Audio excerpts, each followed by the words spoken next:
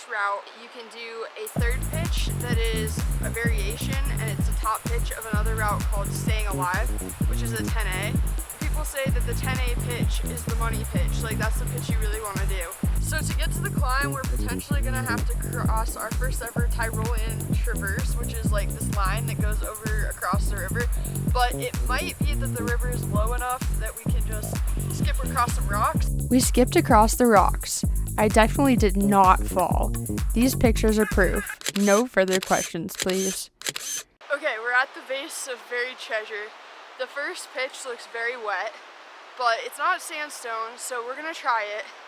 And we think that with all the wind and everything going on the upper couple pitches, that it'll be drier up at the top.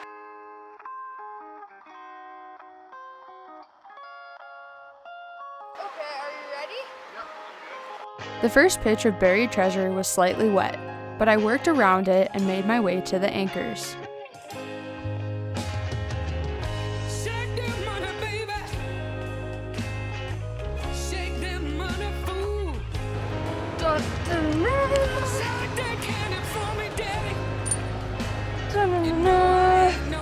We're at the top of the first pitch. I really liked it. Jed thinks it's kind of like confusing climbing. I didn't necessarily love it. I just felt like I would get too far to one side and feel like I was off route, and then too far to the other side and off route. It was a zigzag route. I like that there's a bolt here. That's nice. Yeah. Honestly, it does seem like it's pretty well protected. It is. I think the top pitch is going to be the scariest. This pitch was the easiest pitch of the entire route.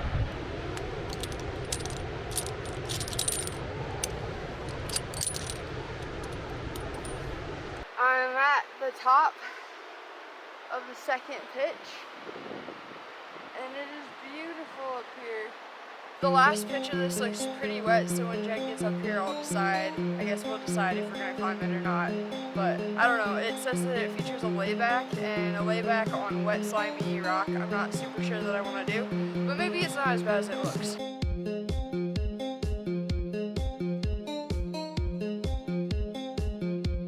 What did you just say? This is where the spice is gonna meet the rubber.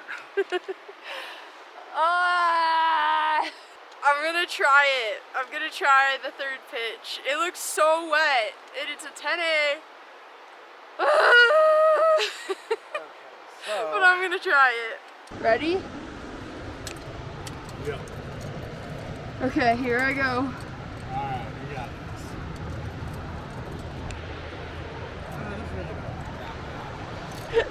this. Says the person top roping it. Oh. Okay. I can do it. Oh, it's dripping on me. Whenever I get scared climbing on lead, I talk to myself a lot. So I guess you all can decide how scared I was on this third pitch. You're right by the bolt, Courtney. You're right by it.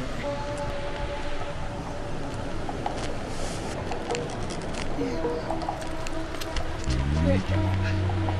Great job.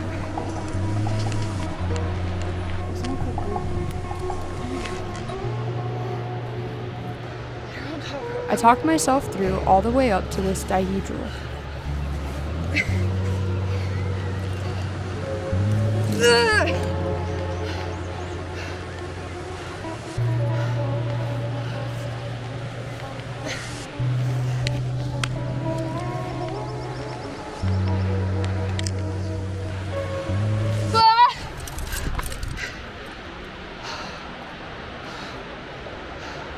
The dihedral was tricky, and I ended up just kind of barrel rolling over towards the left side and dragging my body up towards the anchors. The rope drag was horrendous, but I managed to clip the anchors and belay Jed up to the top to meet me. We made it to the top of Buried Alive. Yeah. That's a really nice view of the waterfall, better than the hike. If you look behind us, you can see that the mountains are starting to become very covered with clouds, and I think it's gonna rain, so we gotta get out of here. We could cross the river by foot today, but in case it's too much, because the water's too high, there is a Tyrolean traverse, and it's like a really low stake looking one. We've never done one before, so we think on the way out we're gonna just play around on it just to get used to it. That way if we have to do one that actually matters in the future, we'll know how to do it.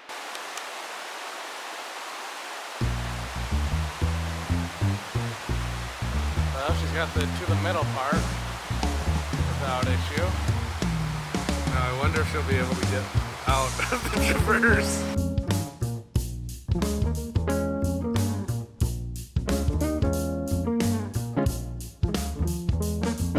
It took us 3 hours, 20 minutes, and 37 seconds to do that. To round out the day, we stopped by the waterfall just across the road from the route.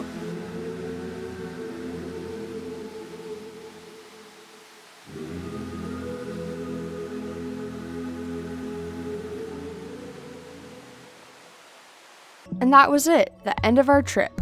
So we thought, until we got to the airport and our canceled flight gave us another day in Colorado. And another day in Colorado means another multi-pitch. We are back in Boulder Canyon today, and we're going to climb a 5'9" multi-pitch. It's 4 pitches, 300 feet, and it's called the Young and The Rackless. Moving, oh, I got to keep on moving. Oh, I got to keep on moving. Oh, I got to keep on moving. Oh, I got to keep on moving. I think that one of these is what we're climbing today. So right now I'm standing at the base of the blob slabs. We have to go up and to the right through a gully to get to the upper east face. The base of the route is marked by an old dead tree. This first part actually looks kind of hard. There we go. Ooh.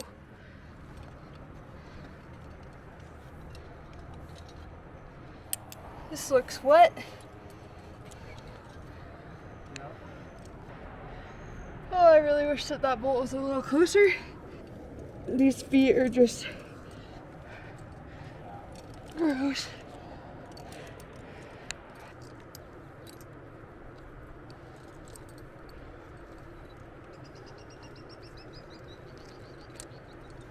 We're at the top of the first pitch of this route, and the sun is shining. That's not something that we've been saying this trip. Jed is gonna lead this next pitch. Pitch 2. Climbing!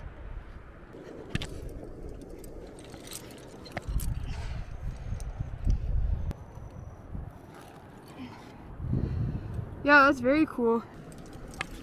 And then this rock turns into this quartz stuff. That's so cool. Okay, so this next part, if you go to the right, it looks easier, but it's actually an 11D. But if you go to the left, it looks harder, but it's a 9. That's what we've been told. So we're gonna go to the left. The third pitch of this was the best pitch. It was really fun. You had to climb up like a right-facing corner.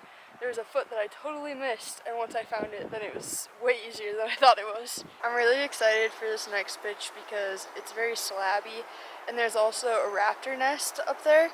So this route is closed for part of the year due to the raptor nest, but we made sure to check, and it's currently open. It's absolutely insane to me that today I'm on this rock like 300 feet up in the air, and tomorrow I'll be on a plane back to go just like drive around a city and just like exist on the ground and do a job.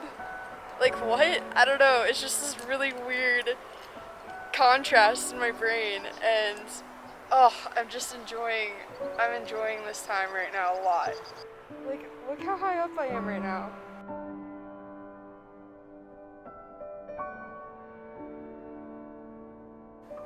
Yeah, so as you can see, this is the leftover eagle's or raptor's nest. That had to be pretty cool to see. Made it to the top of the Young and The Rackless. Out of all the routes that we did on this Colorado trip so far, this route was my favorite of the 3 multi-pitches.